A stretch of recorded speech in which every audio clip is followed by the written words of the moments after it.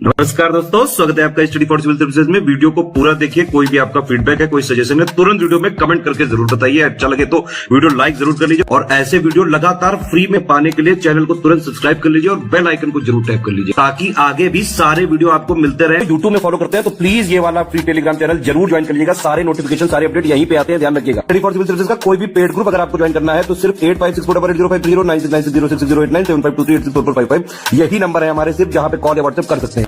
Instagram पे हमारा page जरूर फॉलो कर लीजिएगा, स्टडी फॉर सिविल .सर्विसेज है। ट्विटर पे हमको जरूर फॉलो कर लीजिएगा, @स्टडी फॉर सिविल्स है। सारे क्वेश्चन अटेम्प्ट करिए और स्कोर अपना तुरंत कमेंट करके। नमस्कार दोस्तों, आप सभी का स्वागत है स्टडी फॉर एग्जाम्स में।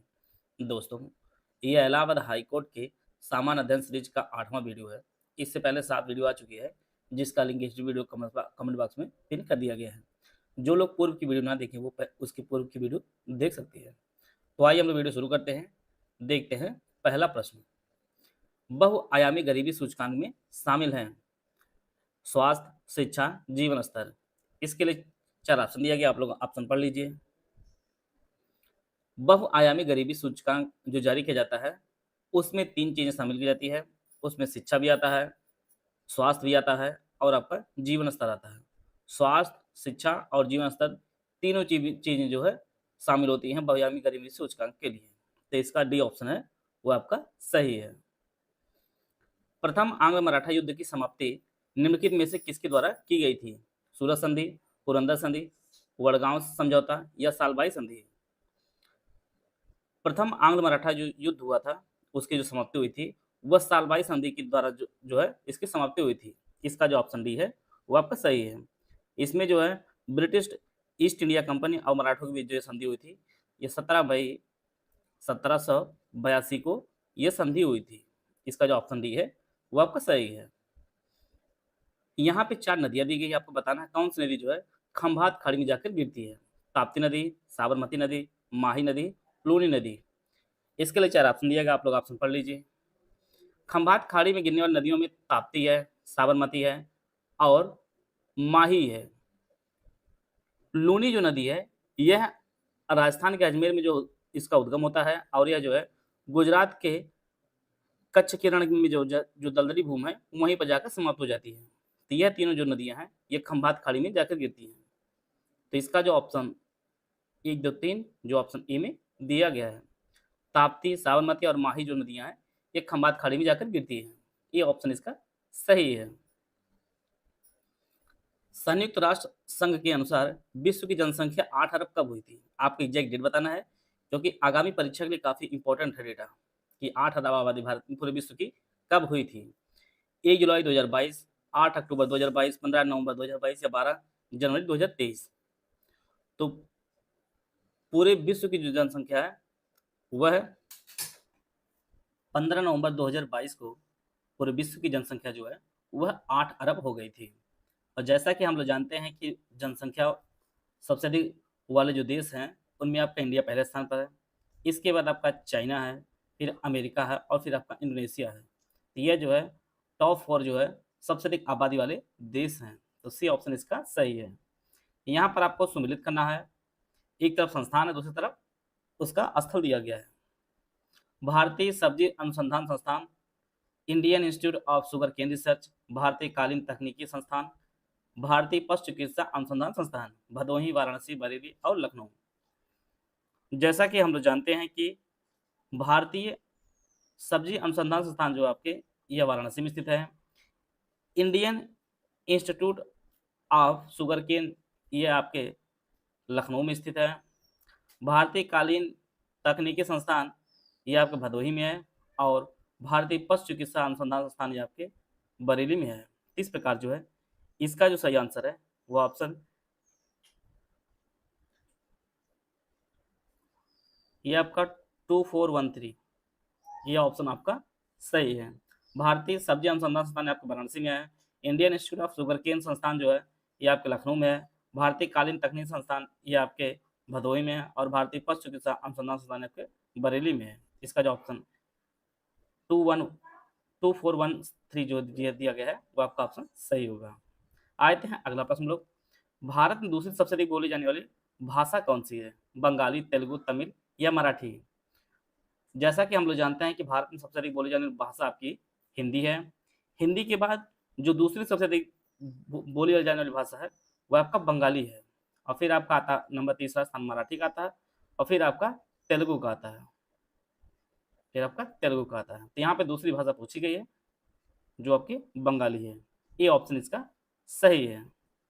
यांत्रिक शक्ति की एसआई इकाई क्या होती है? जूल, वाट, न्यूटन सेकंड या जूल सेकंड?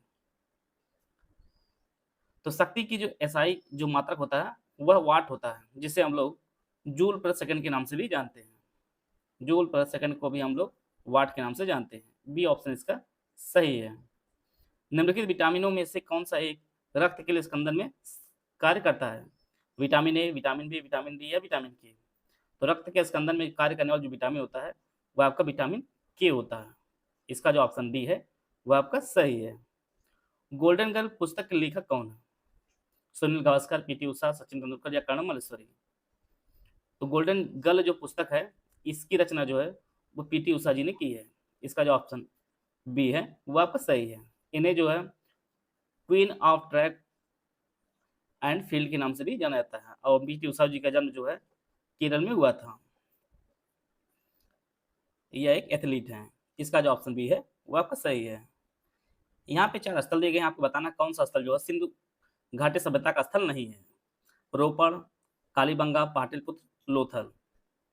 सिंधु घाटी सभ्यता के स्थलों में आपका लोथल भी आता है, रोपड़ भी आता है, कालीबंगा भी आता है, पाटलिपुत्र नहीं आता है। पाटलिपुत्र जो है ऐतिहासिक नगर है, पुराना प्राचीन शहर है, लेकिन यह सिंधु घाटी सभ्यता का स्थल नहीं है। तो इसका जो ऑप्शन सी है वो आपका सही है। निम्नलिखित में से किसने सर्वोदय योजना का मसौदा तैयार किया था? एम.एन. रॉय, जयप्रकाश नारायण, मोरारजी देसाई या श्रीमन नारायण अग्रवाल? तो इसका जो सही आंसर है वो ऑप्शन बी जेपी नारायण ने जो है सर्वोदय योजना का जो है मसौदा तैयार किया था। इसका जो ऑप्शन बी है वो आपका सही है। भारतीय संविधान कौन सा अनुच्छेद राज्य में विधान परिषद का प्रावधान प्रदान करता है? आर्टिकल 170, आर्टिकल 171, आर्टिकल 172 या आर्टिकल 173? तो राज्य में विधान परिषद का जो प्रावधान करता है वो हमारे संविधान के आर्टिकल 171 में इसका वर्णन किया गया है। इसका जो ऑप्शन बी है वो आपका सही है। वर्तमान में टोटल जो है 6 राज्यों में विधान परिषद है। इसमें आपका बिहार आता है, यूपी आता है, महाराष्ट्र है, कर्नाटक है, आंध्रा है और आपका तेलंगाना है। टोटल 6 ऐसे राज्य हैं जहां पे विधान परिषद वर्तमान में है। इसका जो ऑप्शन बी है वो आपका सही है। आगे बढ़ने से पहले आपको बताना चाहता हूँ, इलाहाबाद हाई कोर्ट की जो वैकेंसी आई है उसके लिए हमारा कंप्लीट स्टडी मटेरियल कोर्स शुरू किया गया है। इसमें आपको सिलेक्शन मटेरियल दिया जाएगा, पीडीएफ नोट्स दिए जाएंगे, रिकॉर्डेड क्लासेस दी जाएगी, और इसकी जो वैलिडिटी होगी 3 मंथ की होगी। इसकी जो फीस है वो एक्चुअली है 999 की, लेकिन आप जो है ज्ञान सर कोड ये यूज करेंगे आप लोग जो है कूपन कोड, तो आपको 20% ऑफ हो जाएगा और इसकी जो प्राइस हो जाएगी 799 रुपये हो जाएगी। इसी प्रकार से ओनली टेस्ट सीरीज का जो ग्रुप है इसकी जो फीस है वह 599 की है, जिसमें आप लोग ज्ञान सर कूपन कोड यूज कर देंगे तो आपको 20% डिस्काउंट मिल जाएगा और इसकी जो फीस हो जाएगी 479 रुपये हो जाएगी। तो इस कोर्स को लेकर जो है आप अपनी तैयारी को और बेहतर कर सकते हैं और अपनी एक सीट जो है सुरक्षित कर सकते हैं। भारत सरकार ने किस वर्ष 14 प्रमुख निजी बैंकों का राष्ट्रीयकरण किया है? 1959, 1970, 1969 या 1965? ये प्रश्न जो है कई बार परीक्षा में पूछा भी गया है और आगामी परीक्षा की दृष्टि भी काफी इंपॉर्टेंट है। 14 प्रमुख निजी बैंकों का जो राष्ट्रीयकरण किया गया था वह 1969 में 19 जुलाई 1969 को जो है इसका राष्ट्रीयकरण किया गया था, और उस समय जो भारत की प्रधानमंत्री थी वह इंदिरा गांधी जी थी। उन्हीं कार्यकाल में यह हुआ था, 14 निजी बैंकों का राष्ट्रीयकरण। कौन सा देश जो है सार्क का सदस्य नहीं है? सार्क में टोटल 8 सदस्य देश हैं, जिनमें अफगानिस्तान, भारत, भूटान, बांग्लादेश, मालदीव, नेपाल, पाकिस्तान, श्रीलंका। इसमें जो है चीन नहीं है। इसका जो ऑप्शन ए है वो आपका सही है। सार्क की जो स्थापना है वह वर्ष 1987 में इसकी स्थापना हुई थी और इसका जो है ढाका में मुख्यालय है। इसका जो ऑप्शन ए है वो आपका सही है। यहाँ पे 4 रोग दिए गए, आपको बताना कौन जो है विषाणु जनित रोग नहीं है। चेचक, रेबीज, निमोनिया, पीलिया। विषाणु जनित रोगों में आपका चेचक भी आता है, रेबीज भी आता है और पीलिया भी आता है। निमोनिया जो रोग है यह जीवाणु जनित रोग है, जीवाणु से जो है होता है और यह विशेष रूप से फेफड़ा को प्रभावित करता है। इसको नोट कर लीजिए क्योंकि परीक्षा में सीधे सीधे पूछता है कि इससे कौन सा अंग प्रभावित होता है, तो आपका फेफड़ा से प्रभावित होता है, फेफड़ा जो प्रभावित होता है निमोनिया से। कौन सी एक राशि जो है सदिश राशि है, कार्य, दाब, संवेग या आयतन?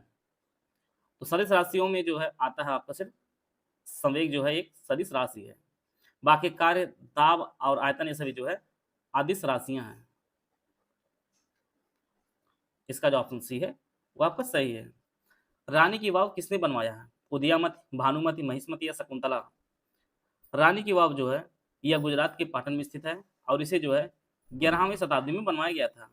राजा भीमदेव प्रथम की स्मृति में उनकी पत्नी ने जो है जिनका नाम उदयामत था उन्होंने इसका निर्माण करवाया था रानी की वाव का। इसका जो ऑप्शन ए है वो आपका सही है। बॉम्बे, मद्रास और कलकत्ता की उच्च न्यायालयों की स्थापना कब हुई थी, 1961, 1951, 1971 या 1881? 1861, 1851, 1871 या 1881?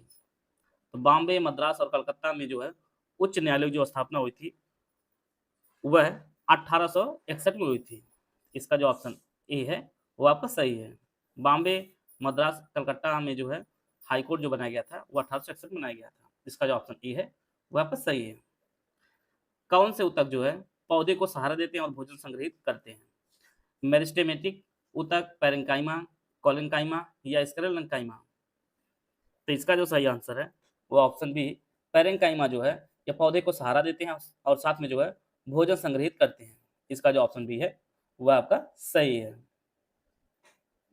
मंत्रिपरिषद का सदस्य बिना राज्य विधान सभा का सदस्य बने कितने समय तक अपने पद पर रह सकता है, 1 माह, 6 माह, 3 वर्ष या 3 माह? मंत्रिपरिषद का सदस्य बिना राज्य विधानसभा का सदस्य बने वह अपने पद पर रह सकता है 6 माह तक।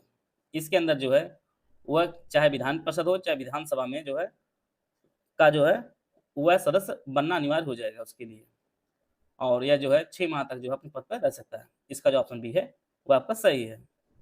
राज्य पुनर्गठन आयोग ने 1 नवंबर 1956 को जो है कितने राज्य और संघ शासित प्रदेश जो है बनाए थे, 14 राज्य, 6 संघ राज्य, 17 राज्य, 6 संघ राज्य, 14 राज्य, 8 संघ राज्य या 17 राज्य, 8 संघ राज्य?